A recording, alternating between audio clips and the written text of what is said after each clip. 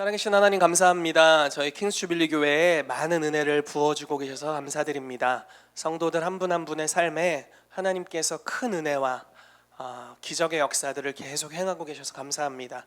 우리의 체질을 변화시켜 주실 뿐만 아니라 우리의 삶에 구체적으로 역사하시고 심지어 때로는 우리가 아픈 중에도 놀라운 기적의 역사를 행하시는 우리 하나님을 찬양합니다. 주님, 우리의 삶에 더 많이 임해 주시옵소서. 그리고 우리가 그리스도의 몸 안에 소속되어서 하나님의 나라를 위해 더 멀리 나아가는 역사가 풀어지게 되도록 우리의 삶에 일하여 주시옵소서. 오늘 사도적 정렬에 대해서 이 교회 가운데 나누게 될 때 주님, 우리가 사도의 권위 안에 잘 정렬되는, 그래서 이 정렬을 통해 하나님께서 교회들 가운데 주길 원하시는 놀라운 축복을 경험하는 시간이 되도록 주여 일하여 주시옵소서. 주님을 찬양합니다. 예수 그리스도의 이름으로 기도합니다. 아멘. 아멘. 여러분 축복합니다. 이 시간 좀 말씀을 전하기 전에 제가 좀 축하할 분들이 있어서 잠깐 축하했으면 좋겠습니다. 우리 민경인 형제님이랑 남혜연 자매님 결혼하셔서 신혼여행 갔다 이제 따끈따끈하게 오신 거죠? 잠깐 일어나 주시면 우리 결혼 축하하도록 하겠습니다. 네, 결혼했어요. 앉아주시기 바랍니다. 감사합니다. 네, 결혼식 너무 재밌었어요. 별빛이 별빛이 내린다 하는데 꽃을 뿌리면서 신랑이 등장했고, 나중에 이제 이렇게 나오잖아요. 둘이 손잡고. 근데 둘이 춤추면서 나왔어요. 너무 재밌는 결혼식이었어요. 네, 함께해서 너무 좋았습니다. 오늘은 사도적 정렬에 대해서 여러분들과 같이 메시지를 나누기를 원하고요. 말씀을 같이 좀 살펴보도록 하겠습니다. 시편 133편 1절에서 3절 말씀이고요. 그리고 히브리 3장 1절인데 같이 읽어볼게요. 시작. 보라, 형제가 연합하여 동거함이 어찌 그리 선하고 아름다운고, 머리에 있는 보배로운 기름이 수염 곧 아론의 수염에 흘러서 그의 옷깃까지 내림같고, 헐몬의 이슬이 시온의 산들의 내림같도다. 거기서 여호와께서 복을 명령하셨나니 곧 영생이로다. 자, 히브리서 3장 1절 시작. 그러므로 함께 하늘의 부르심을 받은 거룩한 형제들아, 우리가 믿는 도리의 사도이시며 대제사장이신 예수를 깊이 생각하라. 아멘. 자, 오늘은 좀 여러 가지 주제를 나누었으면 좋겠는데요. 사도적 정렬이 무엇인지에 대해서 좀 이야기를 하려고 합니다. 저희가 이제 심지어 저희 새가족 교재에도 이 정렬에 대한 내용들이 나오는 걸로 제가 알고 있습니다. 오중사역에 대한 이야기들. 그래서 도대체 이 사도적 정렬이 무슨 뜻이야? 그런데 이제 좀 오늘 정리를 해드리는 시간을 갖도록 할게요. 그리고 또 두 번째, 이 사도적 정렬에 있어서 중요한 단어 중에 하나가 이 사도적 견인력이라는 단어입니다. 무슨 말이냐면 사람들이 사도를 중심으로 모여든다는 거예요. 그거는 그냥 그 사람의 개인의 인격이나 성품을 뛰어넘어서 모이게 돼요. 가끔 인격이 좋은데 리더십이 별로인 경우도 있잖아요. 성격 별론데 리더십이 있는 경우가 있어요. 근데 이거는 이제 그리스도 안에서는 이제 사도적인 기름 부으심이 있으면 사람들이 몰려들게 돼요. 그리고 이거는 그 사람을 높이기 위한 것이 아니라 하나님의 나라의 비전을 하나님이 성취하기 위해 주신 좋은 기능입니다. 그래서 그런 부분에 대해서 오늘 좀 보게 될 거고요.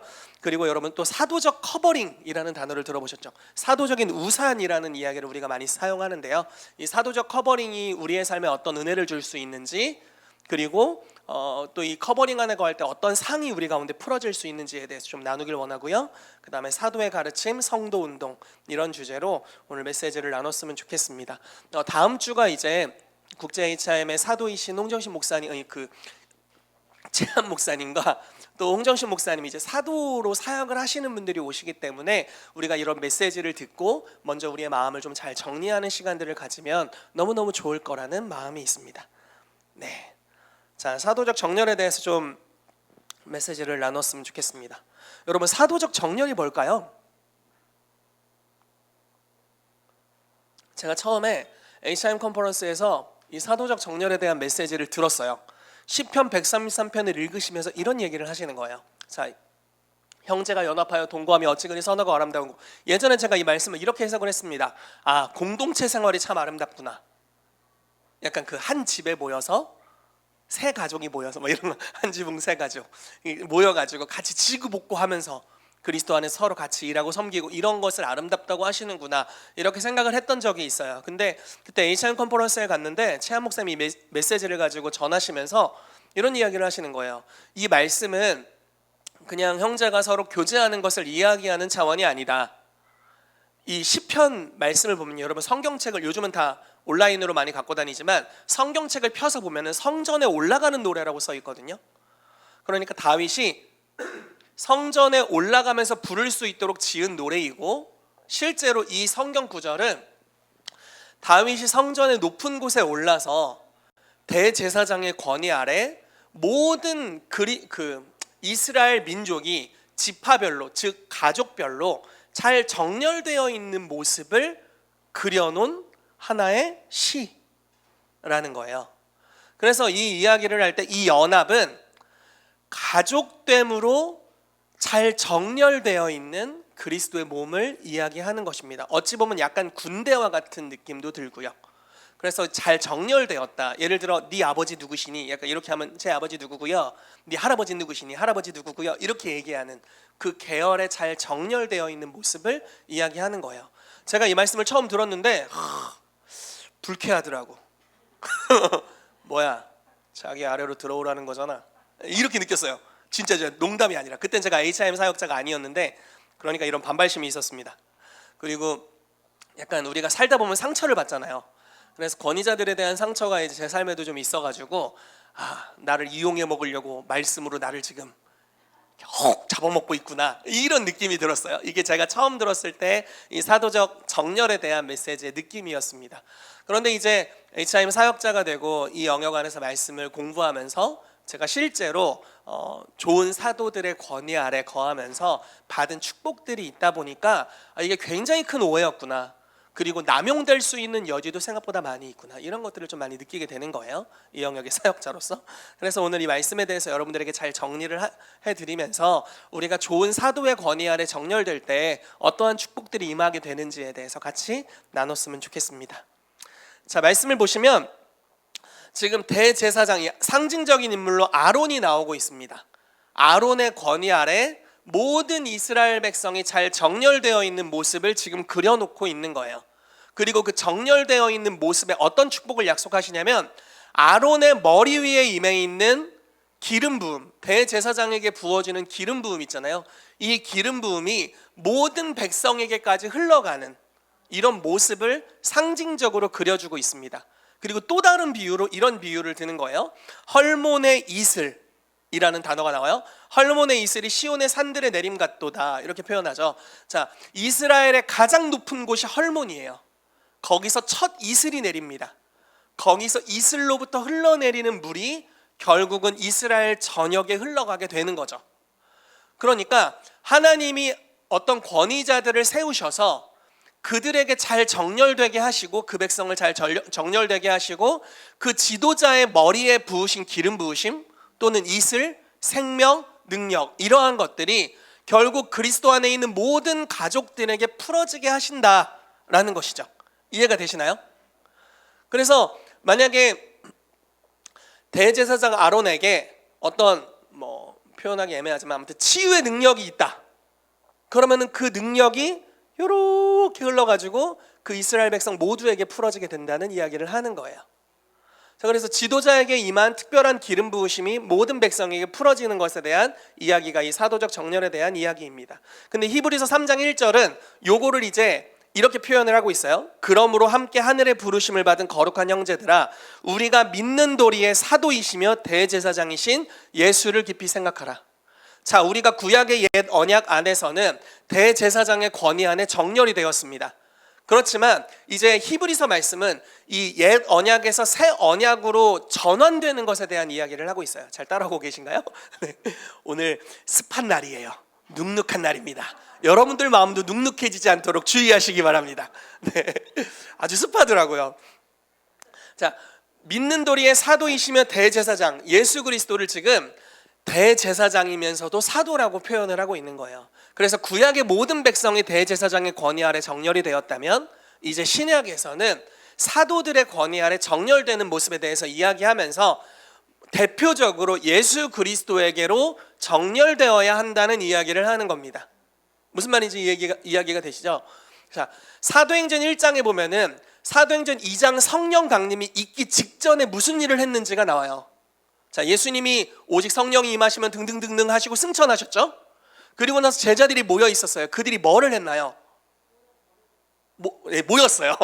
그리고 뭐 했어요? 모여서 우리가 잘 아는 거는 기도했죠. 근데 또 뭐 했어요? 또 했나? 뭐 잤나? 먹었나? 네, 분명히 먹었겠죠. 네. 기도하고 뭐를 했냐면 사도를 뽑았어요. 그러니까 예수님의 원래 12사도잖아요. 그 중에 하나가 탈락을 했잖아요. 이제 그게 가룟 유다잖아요. 그래서 그 탈락한 한 사람의 숫자를 다시 채워야 된다는 베드로가 그런 감동을 받는 거예요. 그래서 시편 말씀에 뭐 어떤 말씀들을 통해서 감동을 받고 이제 탈락된 사도의 수 중에 한 명을 채우는 것을 위해서 두 명을 추천을 받죠. 하나는 요셉이라고도 하는 이제 한 사람이었고 하나는 마띠아. 그래서 둘 중 하나를 제비 뽑아서 마띠아를 얻었다. 그리고 나서 성령 강림이 일어나게 되죠. 자, 성경은 여러분 참 이게 성경을 그렇게 비유하기 웃긴데 여러분들이 영화를 보거나 어떤 걸 보면요, 영화는 긴 시간 보는 게 아니잖아요. 그냥 짧은 시간 안에 필요한 내용을 넣어놓잖아요. 그래서 영화에는 불필요한 내용이 하나도 없어요.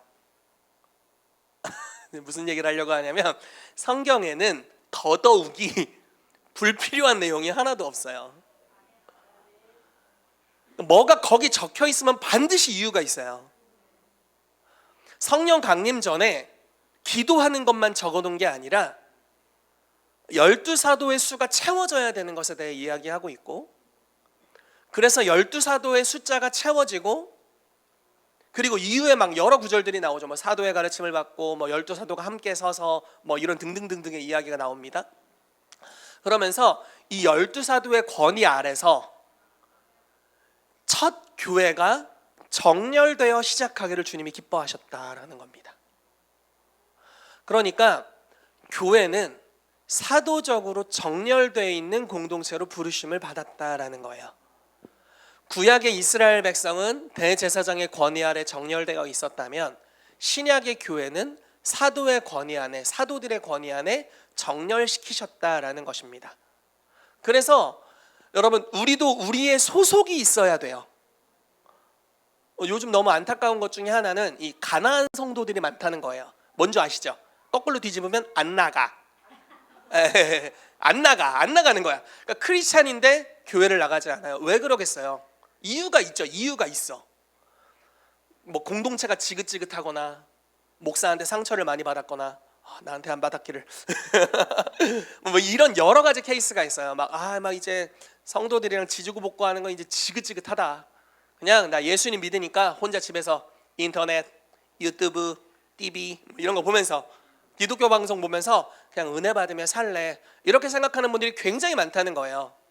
근데 너무 안타까운 것 중에 하나는 하나님은 그리스도의 몸을 부르실 때 하나하나로 부르시기보다는 가족 단위로 부르셨다라는 거예요. 우리는 우리가 알지 못해서 그렇지 누군가에게 소속되어 있어요. 여러분, 여기 혹시 이 땅에 자기가 오고 싶어서 그냥 확 태어나 버리신 분 계세요? 아빠 엄마의 만남 없이 그냥 내가 확 나왔어. 예수님보다 더 대단해. 예수님도 어머니 뱃속으로부터 나왔는데 그냥 내가 오고 싶어서 확 왔다. 없잖아요. 우리는 다 누군가의 가게에 속해 있어요. 그리스도 안에서도 우리 모두는 누군가에게 속해 있습니다. 먼저 축복하는 것은 갈라디아서 말씀에 믿는 우리 이방인들, 여러분들 다 이방인들이잖아요. 얼굴 보니까 다 이방인들이야. 한국 사람들이잖아요. 대부분이 여기. 자, 이곳에 있는 분들은 믿는 이방인들로서 아브라함의 자손이에요. 그래서 아브라함의 가게에 여러분들이 소속되어 있습니다. 그래서 나는 혼자이려고 해도 혼자가 아니에요. 사실 나는 누군가에게 소속이 되어 있다라는 거예요. 그렇다면 우리가 소속되어 있는, 우리가 부르심을 받은 사도에게 정렬되는 은혜가 필요하다라는 거예요. 저희 교회는 HIM에 정렬되어 있어요. 뭐 다른 표현으로 하면 우리 교단이 HIM이에요. 또 다른 표현을 쓰자면 저희 교회는 홍정식 목사님의 권위 안에 있어요. 그게 저희 교회에 위협이 되지 않아요. 홍 목사님이 가는 곳마다 우리 교회를 홍보해 주시더라고요. 대전에 계신 분들이나 이렇게 충청권에 계신 분들이 교회를 찾으면 거기 킹스 주빌리 교회로 가보세요 이렇게 싹 밀어주시더라고요. 얼마나 감사한지 몰라요. 다음 주에 오시면 또 밀어주시겠지? 그러니까 예전에 제가 이제 어떤 권위자에게 속한다는 것은 나를 약탈하고 뽑아먹으려고 하는 거야 이렇게 생각했던 적이 있어요. 그래서 제가 적당한 거리를 둡시다 이렇게 있었던 적이 있었거든요. 근데 사도적 정렬에 대해서 이해하고 또 좋은 권위자들을 만나다 보니까 하나님께서 이 정렬을 통해 얼마나 놀라운 축복을 주시는지를 제가 요즘 경험하고 있습니다. 저희 교회가 소속되어 있는 이제 그 라인이 이제 여기 홍정식 목사님과 최한 목사님 이제 HIMWRI 라인이 있고요. 또 하나는 뭐 설교 시간인 걸 얘기하자니 좀 웃기긴 한데 한쪽이 제가 이제 이성대 목사님에게 정렬되어 있어요. 이분도 HIM의 사도이지만 또 한국 엘리야이즘의 대표이세요. 아무튼 이렇게 또 인연이 있습니다. 너무 재밌는 게 뭔지 아세요? 나보다 그 단체에서 우리 성도들을 더 많이 상담하고 있어요. 너무 좋아. 너무 좋아요. 연말에 저희가 막 우리 수고하신 성도님들에게 막 이렇게 상을 드리는 경우들이 종종 있었거든요. 그때 제가 엘리하우스에 연락했어요. 우리 박정원 대표님과 이윤경 교수님에게 연락을 해서 두 분에게 우리 교회 성화상을 드려야 될 것 같아요. 성도들이 거룩해지고 있어요. 너무너무 감사한 거죠. 자, 정렬의 은총에 대해서 지금 이야기하고 있는 중입니다. 제가 지난주 주일인가요? 지난주 주일에 우리 구자철 집사님과 구자호 집사님 아버님을 뵙게 됐어요. 뵈려고 간 건 아니었는데 굉장히 민망하게 이렇게 아무튼 식사 자리에 참여하게 됐습니다. 가족 식사 자리에. 그래서 이제 처음 뵈니까 너무너무 아버님은 너무 뵙고 싶었거든요. 그래서 뵙고 인사드리는데 근데 너무 좋더라고요. 아버님 목사님이신데 굉장히 푸근하시고 또 죽었다 살아나셨던 분이거든요. 삶에 하나님의 살아계심에 대한 뚜렷한 간증이 있고 언제 저희가 주일날 좀 건강이 괜찮아지실 때 모시려고 하고 있습니다. 그래서 저희가 이제 그 간증도 듣고 임파테이션도 받고 이런 놀라운 시간이 됐으면 좋겠어요. 근데 이제 만나 뵙고 대화를 잠깐 나눴는데 진짜 잠깐 나눴어요. 무슨 말씀을 하시냐면 지난주에 우리 구자호 집사님께서 지난주 이제 최근까지 금요일날 2주간 복음에 대해서 나눠주셨거든요. 그래서 너무 은혜를 받은 거예요. 그래서 아버님께 그 말씀을 드렸어요. 집사님이 복음을 나눠주셨는데 너무 좋았다고 그 말씀을 드렸더니 아버님 뭐라고 말씀하시냐면 그냥 이해하고 들으세요. 판단하지 마시고 우리 구자호 집사님이 자기에게 가시였대요. 무슨 말이냐면 아빠가 설교를 하면 찔렀다는 거예요. 근데 저희 교회에 두 분이 오시고 나서 효자가 됐다고 너무 좋아하시더라고요. 너무 감사하더라고. 효자가 되셨대요. 그래서 진짜 좋아하시더라고요. 너무 감사했어요. 근데 내가 한 건 아닌 것 같은데 어쩌다 그런 일이 일어나셨지? 근데 이제 뭐 여러 가지가 있지만 뭐 저도 이제 상담을 한 적이 있고 교제를 한 적이 있고 같이 기도해드린 적이 있지만 제가 이성대 목사님과 한국 엘리야이즘에 정렬이 되어 있어요. 그리고 거기에서 말하는 가장 중요한 가치가 부모 공경의 원리예요. 부모를 공경할 때 땅에서 잘되고 장수하리라. 그래서 제가 알기로는 아버지에게 사과하러 가셨고 두 분이 사과하러 가셨던 걸로 알고 있고 또 아빠에게 기도를 받으셨고 그 기도 이후에 사업이 어마어마한 돌파가 일어난 걸로 알고 있습니다. 이런 가치들은 제가 기도하다가 골방에서 받은 계시가 아니에요. 이성대 목사님한테 배웠어요. 그리고 저도 실천하고 있고 그리고 저희 교회 전체가 그 단체에 연결되어 있고 정렬되어 있으면서 그 축복이 성도님들에게도 흘러가게 되는 거죠. 얼마나 좋은지 모릅니다. 금요일날 김금현 권사님 댁에 신방을 갔어요. 때마침 생신이시더라고요. 너무너무 잘됐다 싶어서 한번 갔는데 제가 놀라운 광경을 발견했습니다. 우리가 예배를 하는데 복대를 차고 워십을 하시더라고. 허리 수술을 하셨거든요. 눕거나 일어나 있으셔야 돼요. 일어나서 우리가 뭐 예배를 드리시는데 막 워십을 하시는데 무슨 얘기를 해주시냐면 병실에서 4인 병실을 쓰셨대요. 3명을 전도한 이야기를 하시는 거예요. 너무 멋지죠. 자, 그것도 어떻게 전도했게요? 성령의 은사를 사용해서 전도하셨대요. 하나님이 환상을 보여주셔서 그런 것들을 나눴더니 어떻게 알았냐고 지식의 말씀이었던 거죠. 그러면서 자연스럽게 복음을 증거하게 되셨다고 이야기를 하고요. 퇴원을 하고도 지금도 연락을 주고받고 있고, 네, 이제 또 병원에 이제 후처치를 하러 또 오시잖아요. 그때 만나기로 하셨대요. 그래서 이런 모습들을 보면서 이거는 나의 유업이 아니다. 이거는 HRM의 유업이구나. 이 초자연적인 능력 전도나 이런 사역들, 사도적 교회의 유업이구나. 이런 것들을 느끼는 거죠. 한 사람이 가질 수 있는 한계가 있어요. 영성의 한계가 분명히 있습니다. 그런데 우리가 정렬되는 것을 통해서 그 축복이 저희 가운데로 흘러 들어오고 있습니다. 네. 그래서 여러분들이 축복하는 것은 사도적으로 잘 정렬되시기를 예수 그리스도 이름으로 축복합니다. 이 정렬된다는 것은 우리가 좀 한국은 굉장히 계급 사회예요. 그래서 밑으로 들어가서 꿇어야 되는구나 이렇게 생각하는 경향이 있거든요. 근데 그런 것이 아닙니다. 정렬된다는 것은 뼈를 맞춘다라는 의미예요. 연결되어 있는 겁니다. 관계적으로 연결되어 있는 거예요. 네. 넘어갈게요.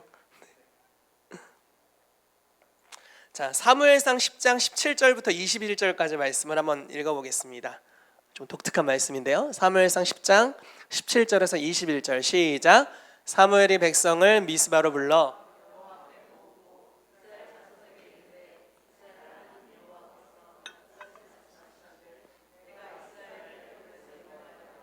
너희를 애굽인의 손과 너희를 압제하는 모든 나라의 손에서 건져내었느니라 하셨거늘 너희는 너희를 모든 재난과 고통 중에서 친히 구원하여 내신 너희의 하나님을 오늘 버리고 이르기를 우리 위에 왕을 세우라 하는도다.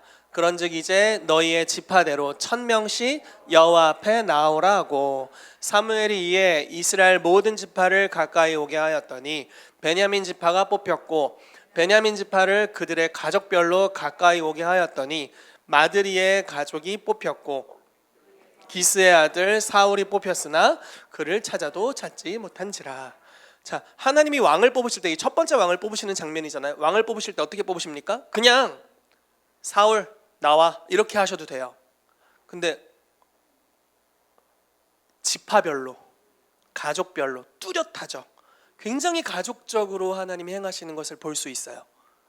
여러분, 하나님께서 여러분들을 세우실 때 이와 같은 방식으로 세우실 거예요. 저희가 믿는 건 여긴 다 왕들이고 제사장인 줄로 믿습니다. 그리고 때로는 이럴 때가 있죠. 내 삶이 이런데 무슨 왕이고 제사장이요, 이럴 때가 있어요. 근데 우리가 그리스도 안에서 성장하다 보면, 자라나다 보면 진짜로 그 말 그대로 내가 믿는 정체성대로 실제로 기능하게 되는 어느 시즌이 올 거예요. 근데 그때 여러분들을 주님이 어떻게 세우실까요? 누구에게 정렬되어 있는 누구야 이렇게 세우실 거예요. 정렬이 있다는 것은 너무너무 좋은 일입니다. 그래서 여러분, 이곳에 있는 모든 분들이 사도적으로 잘 정렬되시기를 축복해요. 이것은 뭐 약탈하겠다는 뜻이 아닙니다. 그런데 취미가 없습니다. 자, 두 번째 좀 사도적 견인력에 대한 이야기를 좀 해볼게요. 이게 사도의 은사의 특징을 알면 이런 부분들을 우리가 이해하기가 쉽습니다. 자, 요한복음 6장 44절 같이 읽어보겠습니다. 시작. 나를 보내신 아버지께서 이끌지 아니하시면 아무도 내게 올 수 없으니 오는 그를 내가 마지막 날에 다시 살리리라. 자, 이 말씀은 뭐 어떤 느낌이 드나요? 내가 온 건, 내가 주님께로 온 건 우연이 아니구나. 주님이 나를 이끄셨구나. 이런 느낌이 들잖아요. 자, 이거를 어떤 교회에 적용하면 어떨까요? 내가 이 교회에 온 것이 우연이 아니구나. 끌려온 줄 알았는데. 네. 우연이 아니라는 걸 알 수 있어요. 하나님이 이끌지 않으시면 아무도 주님께로 올 수가 없다. 예수님께로 올 수 없다. 이렇게 이야기하고 있습니다. 자, 요한복음 6장 37절 읽어볼게요. 시작.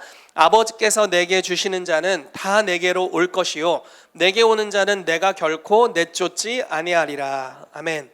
자, 이 말씀 동일하게 하시는 거죠. 아버지께서 내게 주시는 자는 다 내게로 올 것이다. 그러니까 예수님은 이 땅에 완전한 사도셨어요. 그리고 보내심 받은 자에게는 특별한 비전이 있습니다. 자, 이걸 기억하세요.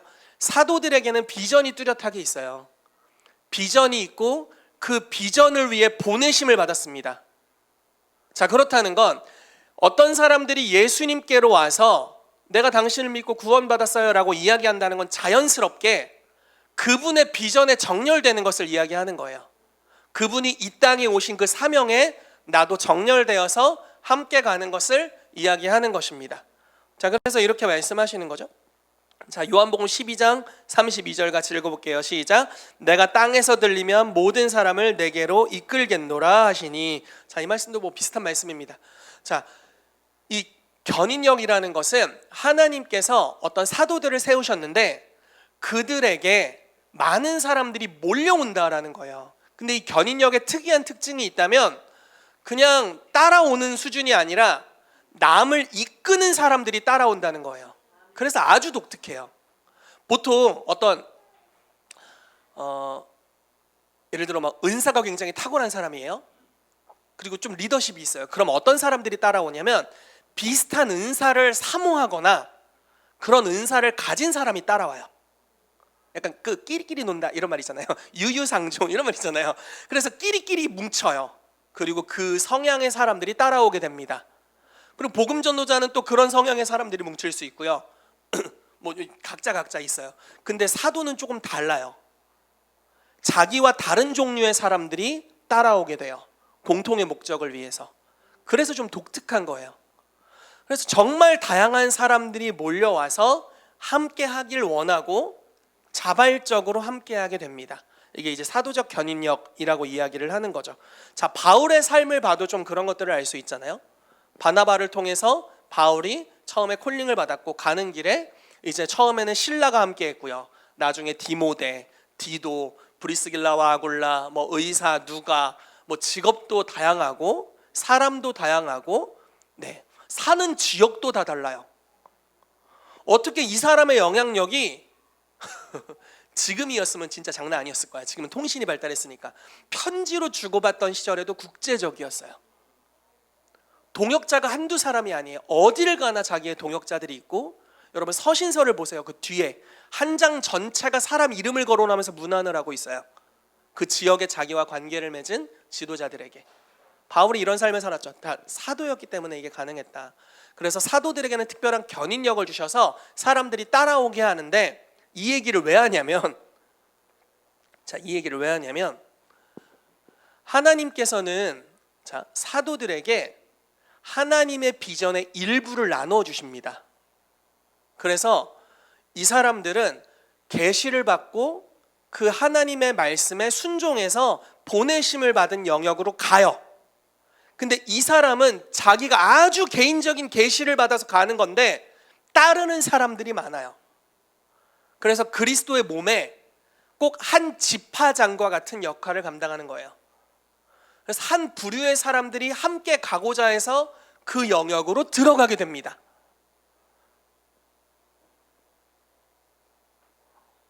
왜 하나님이 한 사람의 삶에 이렇게 많은 권위를 주실까요? 자, 이게 신사도적 개혁 교회의 특징 중에 하나예요.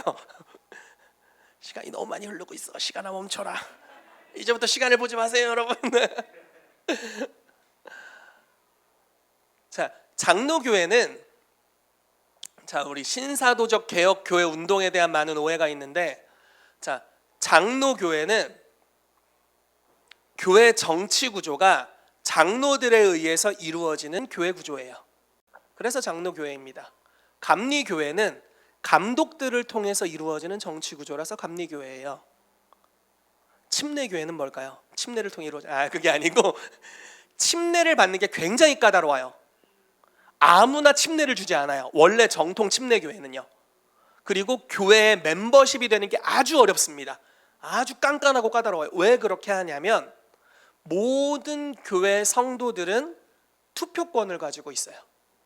그래서 회중 정치라고 이야기합니다. 그래서 교회의 의사결정을 입회하는 회중들이 함께 공통으로 결정해요. 그래서 침례교회의 정치 구조는 회중 정치예요. 그러면 사도적 교회의 정치 구조는 뭘까요? 사도가 결정한다예요. 그래서 그게 다른 거예요. 다수결이나 몇몇 대표자들이 하는 게 아니라 한 명의 리더가 계시를 받고 결정해요. 되게 독단적이죠. 장난 아니죠. 하나님은 왜 이걸 허락하실까요? 그리고 왜 초대교회가 이런 모습이었을까요?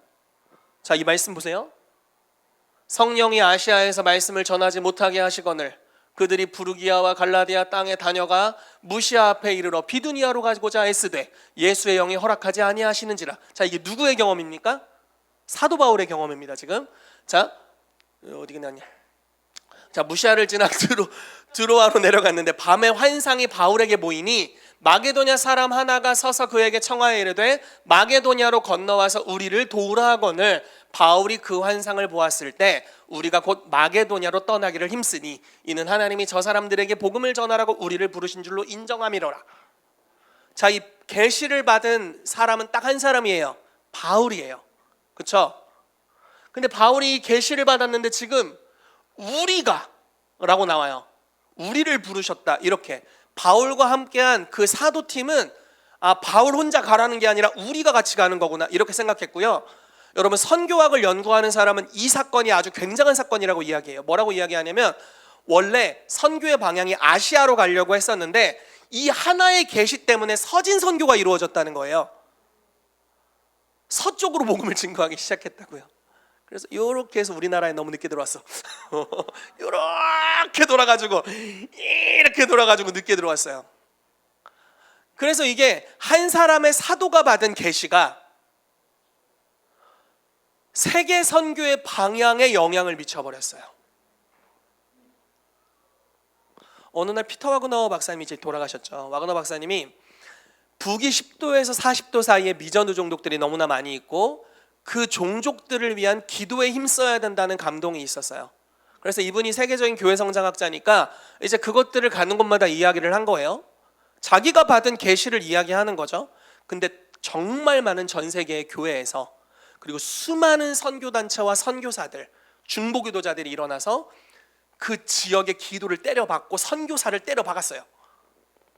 그러니까 복음화율이 막 올라가기 시작하는 거예요. 한 사람이 받은 계시의 영향력이 국제교회의 정세를 움직여요. 하나님은 왜 이걸 허락하실까요? 하나님의 계시는 다수결로 이루어지는 게 아닙니다. 하나님의 비전은 다수에게 주어지는 것이 아니에요. 하나님은 그리스도 안에 있는 놀라운 리더들 몇 사람들에게 하나님의 큰 그림의 파편들을 갖게 주십니다. 그들은 한 지역의 또는 한 영역의 사도로서 지파의 리더로서 그 사람들을 이끌어가고 있어요. 근데 아주 자발적으로 사도적 견인력에 의해서 너 따라와 안 그러면 지옥 가, 우리 교회 떠나면 죽어, 뭐 이런 게 아니라, 이해되세요? 무슨 말인지 제가 하는 말이? 너 내가 하는 말 순종 안 하면 너 지옥 가, 뭐 이런 게 아니라 그런 게 아니라 그런 이유가 아니에요. 그냥 따르는 이들도 자발적으로 따라가요. 왜냐면 그게 나의 삶에 유익을 주기 때문에. 그래서 함께 연합하고 가는데 한 사람이 받은 계시와 비전을 선포하고 가는데 그게 그리스도의 몸에 아주 중요한 것들을 선포하는 것이고 그 비전에 따라 교회의 한 무리가 그쪽으로 가게 됩니다. 2017년도에 홍정식 목사님이 HIM 컨퍼런스 첫 강의 때 이런 메시지를 전하셨어요. 이제부터 저희 한국 HIM은 오중사역을 할 것입니다. 오중사역을 안 하면서도 맨날 욕을 먹었는데 어차피 욕먹을 바엔 하겠습니다 이러시더라고요. 근데 그 이야기를 들었는데 그 전까지는, 그 메시지가 있기 전까지는 제가 어땠냐면 오중사역을 할 겁니다 이렇게 얘기했어요. 그럼 이제 제 아내가 물어보는 거예요. 어떻게 할 건데? 그건 몰라. 그렇지만 할 거야 이렇게 얘기했고, 진짜 모르겠는 거예요. 어떻게 하는지 모르겠어요. 한국에 선례가 없어가지고 모르겠는 거예요. 근데 아무튼 할 거야. 꼬장을 부리는 거예요. 꼬장을 10년 넘게 꼬장을 부렸어요. 그 메시지를 가지고 계속 전하면서. 근데 홍 목사님이 2017년도에 우리는 오중사역을 할 것입니다라고 사도로서, HIM의 사도로서 HIM의 사역자들에게 선포를 한 거잖아요. 그 메시지를 듣는데 내가 1년 동안 어떻게 설교해야 될지가 그려지더라고요. 그냥 메시지를 듣는데 오중사역을 우리 교회에 어떻게 세팅해야 될지를 그냥 초자연적으로 알았어요. 이런 구조로 해야겠구나. 그게 지금 여러분들이 보고 있는 이런 모습입니다. 팀들이 세워지고 이렇게 구성되는 이런 방식의 오중사역을 해야겠다는 감동이 왔어요. 그러니까 사도가 무언가 비전을 선언할 때 하나님께서 거기에 영향력을 주시고 하나님의 백성들의 수많은 무리 중에 일부를 그 방향으로 이끌어 가신다라는 것입니다. 그래서 우리가 결국 하나님께서 주신 하나님의 나라 비전 차원을 순종하며 나아갈 수 있게 된다라는 거예요. 만약에 여러분 우리가 각기 다 다른 꿈을 꾼다고 생각해 보세요. 그러면은 그리스도의 몸이 별로 효율적이지가 않을 거예요. 효과적이지가 않을 겁니다. 왜냐하면 다 각계격파니까 혼자 힘쓰고 그냥 이 사람은 저기서 이 사람은 저기서. 그런데 하나님이 사도들에게 리더십을 주시고 그들에게 놀라운 비전을 주시고 응집할 수 있게 하셔서 그들의 비전을 선포하고 추구할 때 그리스도의 몸이 그 비전에 올인해서 함께 갈 수 있게 하신다라는 것이죠. 지금 여러분들이 하고 계신 모든 것들이 HIM의 비전에 관련된 것입니다. 초자연적인 사역들, 이런 오중 사역들, 그리고 교회 개척이나 이런 것들, 선교에 대한 것들도 있고요. 그 재정에 대한 사역들도 HIM의 놀라운 사역이고요. 또 한국 엘리야이즘의 사역들도 우리 가운데 풀어지고 있습니다. 사도들이 제시하는 방향으로 저희가 함께 흐르면서 여러분 어때요? 약탈당하고 있다고 느끼시나요? 혹시 이 교회 오기 전보다 가난해지고 비참해지셨나요? 그렇다면 얼른 이 교회를 떠나세요. 아닐 수 있어. 여러분들이 여기 몸이 아닐 수 있어요. 그러나 좋아지고 있다면 계속 함께 하시길 바랍니다. 아멘. 자, 사도자 커버링에 대한 이야기를 좀 하도록 하겠습니다. 그래서 우리가 정렬하게 될 때 특별한 커버링이 생기게 돼요. 자, 이 말씀을 볼게요. 마태복음 10장 1절에 4절 시작. 예수께서 그의 12제자를 부르사 더러운 귀신을 쫓아내며 모든 병과 모든 약한 것을 고치는 권능을 주시니라. 12사도의 이름은 이러하니 베드로라 하는 시몬을 비롯하여 그의 형제 안드레와 세베대의 아들 야고보와 그의 형제 요한, 빌립과 바돌로메, 도마와 세리 마테, 알페오의 아들 야고보와 다데오, 가나나인 시몬 및 가롯 유다 곧 예수를 판 자라. 아멘.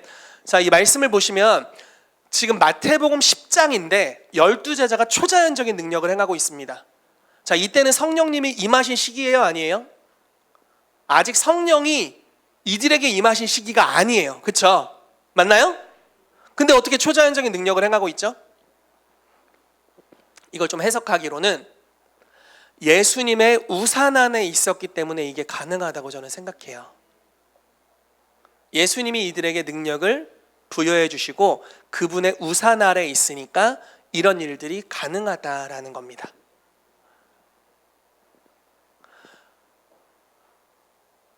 여러분, 우리가 HIM 안에 있을 때, 또 이 교회 안에 있을 때 제가 이런 얘기도 들어요.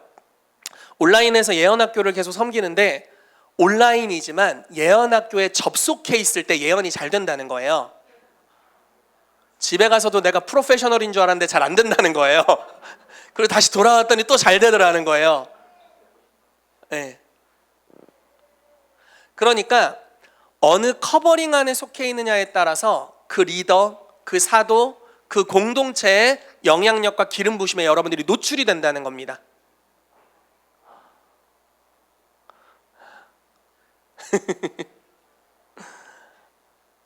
아마 우리 교회를 여러분들이 떠나시면 더 잘 되는 게 있고 더 안 되는 게 있을 거예요. 좋은 열매가 있게 되길 바라요. 너무 감사한 것 중에 하나는 요즘 우리 부부 사이는 조금 심각한 위기 가운데 있습니다. 어떤 위기냐면 전우회가 불타오르는 위기 가운데 있는데 네, 아기 키우느라고 요즘 2주간 거의 저희가 탈진이었는데 너무 감사한 것 중에 하나는 저희 교회 오시는 분들 중에 부부관계가 회복되는 분들이 많다는 거예요. 너무너무 감사해요. 정말 주님을 찬양합니다. 이건 전적인 주님의 은혜예요. 우리 집을 너무 깊이 들여다보지 마. 전적인 그냥 주님의 은혜구나 이렇게 여기시면 돼요. 많은 재정적인 회복이 있다는 이야기를 또 듣고 있습니다. 너무 감사하죠. 그리스도 안에서 내가 어떤 존재인지에 대한 정체성의 회복들이 많이 일어나고 있는 걸 듣고 있고요. 여러분들 안에 있는 은사들이 이렇게 끄집어내져서 막 사용되고 개발되는 이야기들 듣고 있고요. 요즘은 제가 능력 전도에 대한 이야기들도 많이 듣고 있습니다. 지난주도 너무너무 좋더라고요. 현장에서 예언하는 소리, 치유하는 소리, 복음을 증거하는 소리 너무너무 행복했습니다. 그런 것들이 하나님께서 커버링 안에 있는 사람에게 주시는 특별한 은혜입니다. 아직 그걸 경험하지 못했다면 좀 있으면 경험하시게 될 거예요. 이건 너무 자연스러운 거예요. 그냥 그 우산 안에 있는 것을 통해서 이 공동체에 임해 있는 은총이 그냥 풀어지는 거예요. 여러분, 자녀가 이런 얘기를 또 한다는 게 좀 그렇지만 유산 상속을 존재로 받나요? 일을 해서 받나요? 아멘. 아멘. 장로님 들으셨죠? 아멘. 아멘. 존재로 받는 거예요. 밭일을 한다고 받는 게 아니에요.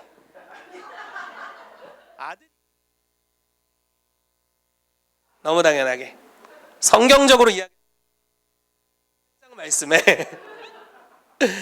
성령께서 우리 안에서부터 아바 아버지라 부르짖게 하시고 우리에게 양자의 영을 주셨대요.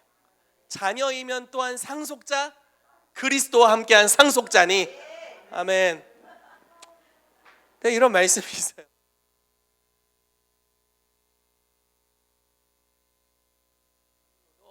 그 공동체 위에 어떤 사람들이 돌파해 놓은 것들이 거저 온다는 거예요. 자, 이 마태복음 10장을 쭉 읽어보면요, 읽기 싫은 내용이 많아요. 무슨 얘기냐면 하나님의 사역자들이 치러야 될 대가지불에 대한 이야기가 거고, 죽을 거고, 고난을 받을 거고, 그래서 내가 너희를 보내는 게 이리떼들에게 양들을 보내는 것 같아. 그렇지만 아무에게도 무난하지 마. 뭐 받으려고 하지 마. 항상 축복해. 항상 겸손히 섬겨. 지팡이 가지고 다니지 마. 돈 의지하지 마. 너네 아무것도 의지하지 말고 오직 하나님만 의지해. 그러면 너희가 어느 마을에 갈 때 너희를 영접하는 마을은 나를 영접한 것 같은 축복을 받을 거야. 그게 사도들의 삶이잖아요. 그래서 여기 나와 있는 이 사도들을 어느 마을에서 영접을 했어요. 그럼 어떤 일이 일어날까요? 영접하기 전과 완전히 그 마을의 결과가 달라져요. 이 사람은 아무것도 아니야. 근데 하나님이 이 사람에게 놀라운 권위와 빡센 삶을 말씀하세요. 여러분들도 하고 싶으면 하세요. 놀라운 권위와 어마어마한 대가지불을 말씀하세요. 왜냐면 권위와 책임이 크니까요.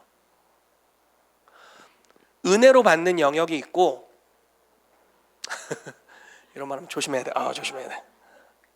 자, 우리가 은혜로 구원을 받아요. 은혜로 능력을 받아요. 그래서 은혜가 항상 너무 커서 우리가 그리스도 안에서 치르는 대가지불은 별거 아니에요. 그럼에도 불구하고 대가지불이 있어요. 이렇게 설명하면 괜찮겠네. 그러니까 대가지불이 있다는 거예요. 랜디 클락이라는 사도가 이런 얘기를 했어요. 여러분, 임파테이션 받을 때 주의하십시오. 이렇게 이야기를 하면서 하나님이 여러분들에게 이제 기름 부으실 건데 여러분들은 1년의 3분의 2의 기간을 집에 들어가지 못할 겁니다. 이렇게 얘기했어요. 못 쉬어? 3분의 2는 해외에 있느라고. 그냥 화려하고 좋은 비즈니스 타고 다니는 좋은 삶만을 이야기하는 게 아니죠. 대가지불이죠. 3분의 2를 집에 못 들어간대요. 그게 삶이야? 그런 대가지불. 항상 겸손해야 하고, 항상 잘 갖춰야 하고, 마음을 잘 단돌이 해야 하고, 남들이 다 자기 승질대로 할 때 그렇게 할 수 없고, 수많은 대가지불. 돈을 의지하지 않고 아무것도 없는데 모든 것을 가진 자로서 사도로서 보내심을 받아서 그 영역의 역할들을 감당하도록 부르심을 받은 그리스도 안에 높은 지위를 가진 리더들이 있습니다. 자, 그래서 어떤 사람들은 이 길로 부르심을 받고 간다라는 거예요. 근데 쉽지 않죠. 근데 주님께서는 그리스도의 몸에 그 정말 많은 대가지불을 하고 믿음으로 나아간 그 사람들의 유업이 그 사람들에게서 끝나기를 원하지 않으세요. 주님은 그 분깃을 모두에게 주기를 원하세요. 그래서 주님이 만드신 방법 중에 하나가 정렬하는 거예요. 자, 그게 마태복음 10장 40절 41절에 잘 나와 있습니다. 자, 제가 읽어드릴게요. 너희를 영접하는 자는 나를 영접하는 것이요 나를 영접하는 자는 나를 보내신 이를 영접하는 것이니라. 선지자의 이름으로 선지자를 영접하는 자는 선지자의 상을 받을 것이요 의인의 이름으로 의인을 영접하는 자는 의인의 상을 받을 것이요. 자, 영접하는 자, 먼저 사도를 영접하는 걸 이야기하고 있고요, 선지자를 영접하는 걸 이야기하고 있고 의인을 영접하는 것을 이야기하고 있습니다. 자, 선지자를 영접하는 이야기를 하면서 이 이야기를 좀 마치려고 합니다. 자, 구약 시대는 이 선지자를 영접한 케이스가 아주 대표적인 케이스가 있었는데, 엘리사가 지나가는 길마다 그 집이 하나 있었어요. 그 집에 있는 부부가 엘리사를 실제로 집으로 영접했습니다. 선지자여, 항상 지나가시는 것 같은데 우리 집 와서 계세요, 이렇게 한 거예요. 그리고 진짜 계속 지나다니는 거예요. 그러니까 그럼 이럴 게 아니라 방을 하나 따로 드리자 해서 그 사람 방을 따로 줬습니다. 그래서 거기 맨날 올 때마다 거기서 자고 가고 먹고 가고 자고 가고 진짜 영접한 거예요. 어느 날은 엘리사가 고맙잖아요. 그냥 대가를 바라고 하는 게 아니잖아요. 그래서 이렇게 자기 종에게 물어봐요. 저 부부에게 뭐가 필요한지 좀 슬쩍 알아봐봐. 그랬더니 애가 없시우 거예요. 그래, 알았어. 다음 날 아침에 일어나자마자 너희가 애를 낳을 것이다, 이래 버리는 거야. 아마 주님과 뭔가 딜이 있었겠죠. 근데 그 다음 연도에 진짜 애가 생긴 거예요.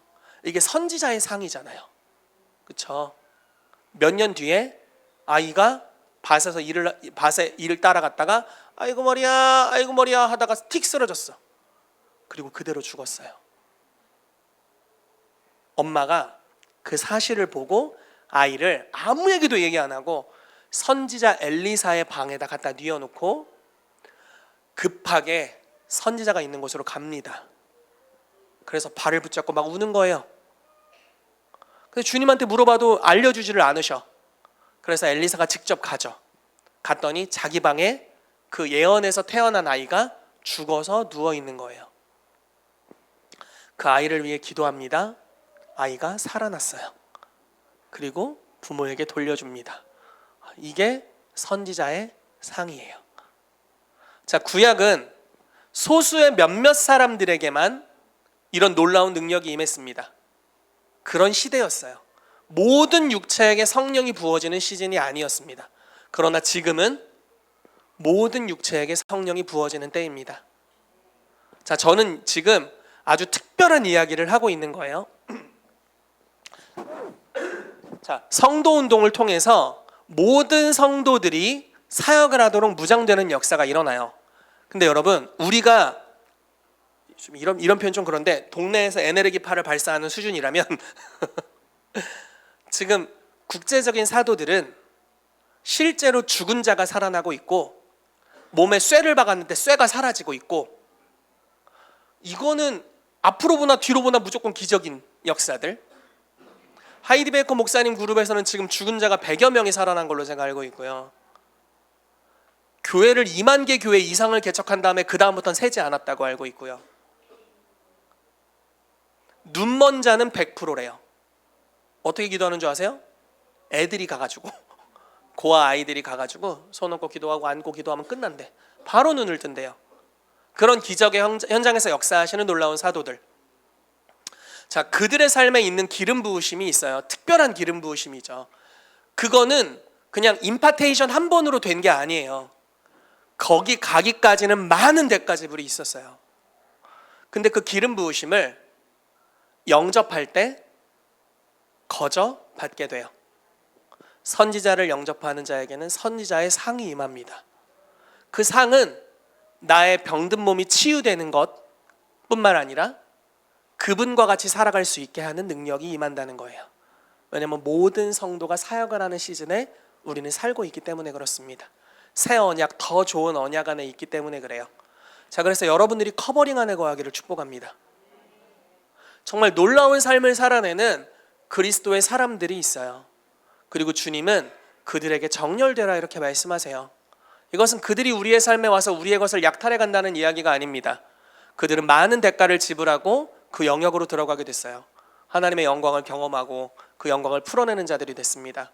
그런데 이제 그것을 주님은 다음 세대에게, 그리스도의 가족들에게 거저주길 원하신다는 거예요. 어떤 방식으로? 정렬되는 것을 통해서, 영접하는 것을 통해서 주님께서 그걸 행하신다라는 것입니다. 여러분, 이 교회 가운데 그러한 은혜가 있게 되기를 예수 이름으로 축복합니다. 다음 주에 홍 목사님, 최한 목사님 모시게 될 텐데 여러분들이 그분들에게 잘 정렬되기를 축복해요. 그래서 그분들의 삶에 임한 것을 그냥 쪽 빨아먹게 되기를 예수 그리스도 이름으로 축복합니다. 그렇게 정렬될 때 하늘의 상이 임하게 될 것입니다. 아멘.